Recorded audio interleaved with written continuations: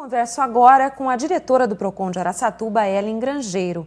Nosso assunto são as sacolas plásticas dos supermercados. Olá, Ellen, tudo bem? Bom dia, Alessandra, tudo bom? Ellen, uma bela polêmica que se instalou aqui nos últimos meses, no Brasil, em especial no estado de São Paulo, a respeito das sacolas plásticas. Desde abril que suspendeu de vez o fornecimento de sacolas plásticas para o consumidor que vai às compras, no supermercado. Como é que você viu essa decisão dos supermercados?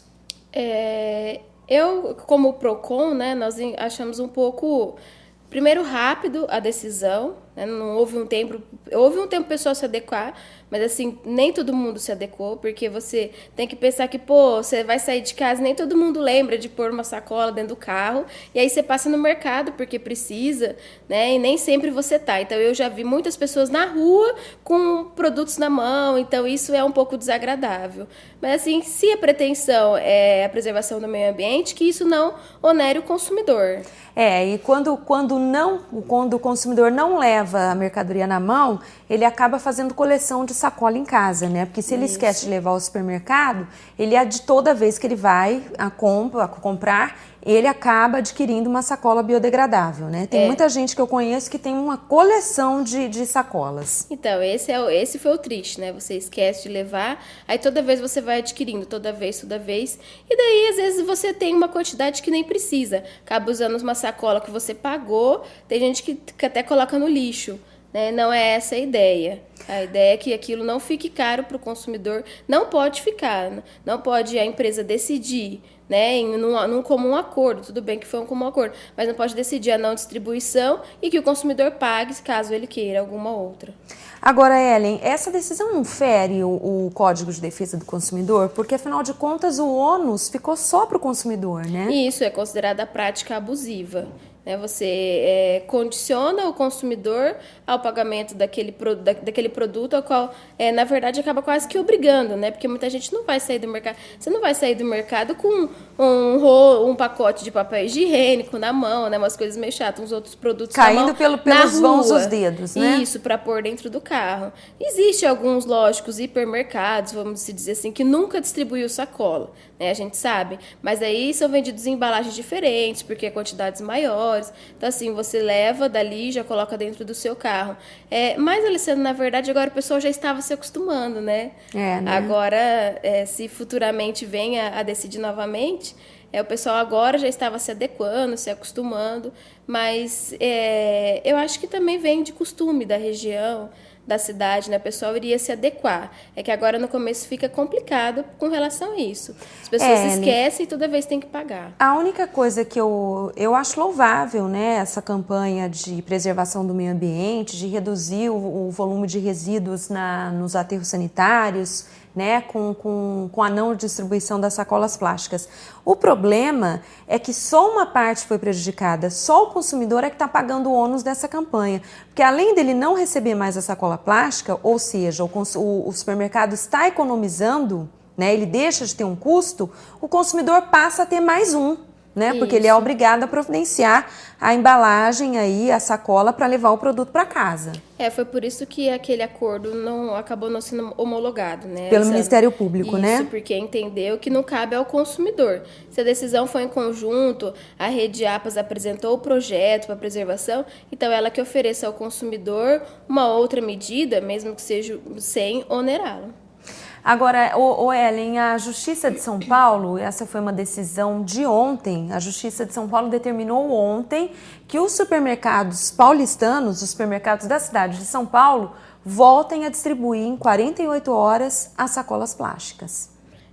Isso é um ganho para o consumidor, E eles vão ter que realmente acatar a decisão, podendo caber recurso, mas realmente vão ter que distribuir até que, mesmo que haja o recurso, seja novamente julgado e decidido pelo Ministério Público. Vai ter que voltar a distribuir. Ellen, essa decisão é uma consequência de uma ação civil pública movida pela Associação Civil SOS Consumidor. Você acha que isso é uma prova de que pode pipocar a ação por vários municípios paulistas? Pode acontecer, porque pode haver eles tentarem fazer com que toda a região tem o mesmo tipo de decisão, até porque o problema é o mesmo, né, Alessandra? O problema apresentado é o mesmo, é idêntico, então pode se basear na decisão de um local para que todos façam a mesma coisa. Agora, qual é a orientação para o consumidor? O que está podendo acontecer, Alessandra, é assim, o consumidor precisa aprender a exigir seu direito. Toda vez que eu venho aqui eu falo, né?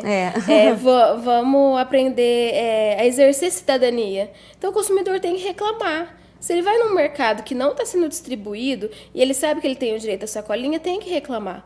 Tem que registrar a reclamação, pode ir lá no PROCON, pode registrar a reclamação, porque havendo a obrigatoriedade da distribuição ou outras sacolinhas, caso eles não queiram distribuir aquela de plástico comum, que distribua outra biodegradável que eles relatam, mas arquem com o valor e distribua aquele tipo de sacolinha. Mas tem que distribuir, alguma forma para o consumidor tem que dar. Ou dê essas que eles vendiam a 57 centavos, não era? Distribua ela. 59 centavos, se não me engano. Alguma coisa assim. Distribua ela, né? Não pode deixar o consumidor tendo que levar a mercadoria na mão, como nós falamos que já vimos vários. É verdade. Agora, Ellen, também outra opção, que ainda tem supermercado que distribui sacolinha. Outra opção é optar por essas lojas. Como não é uma lei, na verdade, né, Alessandra, que obrigue todo estabelecimento que comercialize mercadorias, né, comestível, que daí a gente englobaria todos os supermercados, os supermercados da rede. Então, Araçatuba tem uma grande... essa rede é muito grande, abrange muitos supermercados que muita gente conhece, mercados grandes, mercados bem movimentados. No caso, a APAS, né? A supermercados rede filiados à APAS. Isso, a rede dela. Então, assim, e ainda os que não são da rede APAS distribuem sem problema algum. Então, caso o consumidor uma opção, seja melhor, né? É uma opção para ele. Agora, vocês têm registro de reclamação por causa disso? Não, ainda não houve. Por incrível que pareça, não houve reclamação. Não houve. No começo, algumas pessoas ligavam, mas era mais por dúvida. Mas como foi bem publicado, né? Aliás, era obrigação da rede APAS, naquele acordo, né, do TAC, publicar o que ia ocorrer. Tanto é que tiveram um prazo. Então, assim, pelas publicações, né, veículos de imprensa que foi passado o assunto, o consumidor ficou bem ciente. Muitos reclamaram, né? Todo mundo viu que muitos reclamaram, porque ia ter que levar outras sacolas, porque ia ter que pagar pelas sacolas, mas foram se adequando. Então, reclamação a respeito do assunto, não tivemos nenhuma. Então, na realidade, o que está acontecendo hoje? O Ministério Público não homologou o termo de ajustamento de conduta que previa o fim das sacolinhas.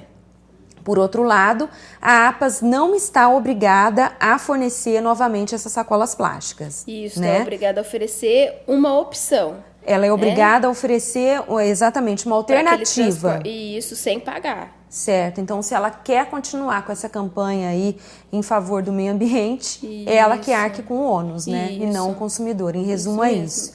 Então, a sua orientação é para que o consumidor registre a reclamação, caso se sinta ofendido no seu direito. Caso ele vá no mercado, né, dentro do prazo. Agora, se o Ministério Público deu 48 horas, vamos levar aí 2 dias. A partir do final de semana, se ele esteja em um supermercado que não distribua, ele pode registrar a reclamação.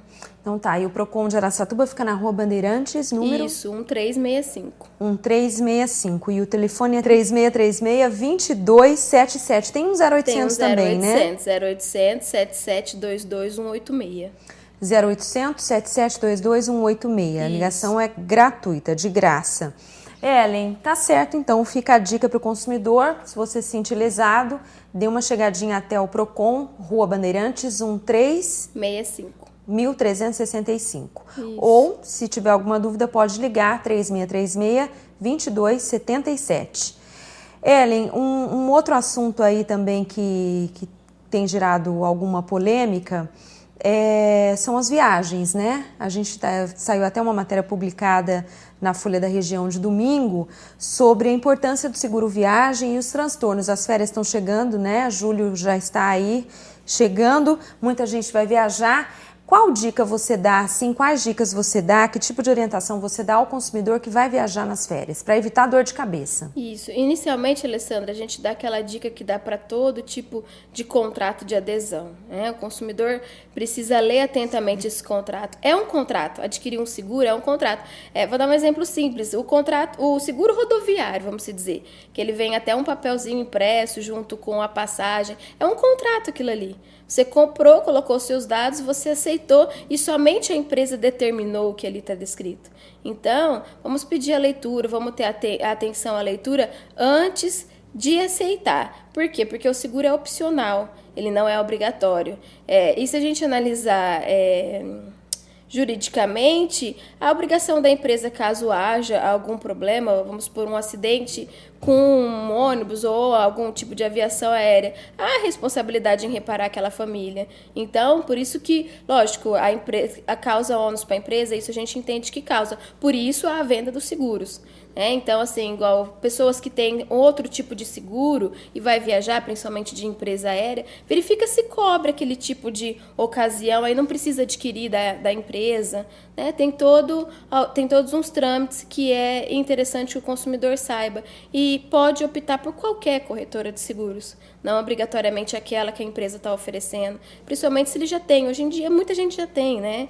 Então, verifique com o seu seguro corretor. viagem é importante, Ellen? Você considera um item importante? Eu considero importante, Alessandra, porque tem alguns que ele não vem assim para abranger só um ressarcimento no caso de um desastre, vamos supor, né? Vamos dar um exemplo. Mas ele muitas vezes engloba a bagagem que o consumidor transporta, alguns produtos que ele transporta, porque muitas vezes a pessoa transporta algum tipo de produto com valor ou algo do tipo. Então, assim, o seguro é importante para esses fatos. Um problema futuro, evite muita dor de cabeça, porque às vezes com o seguro você já pode resolver inicialmente. Quando você não tem, há aquela de provar aquela responsabilidade da empresa sobre aquele tipo de dano, tudo o consumidor vai ter um pouco mais de trabalho, né? Vai ser um pouco mais trabalhoso, mais demorado. Então, o seguro, as partes já sabem dos seus direitos e deveres, já resolvem ali inicialmente.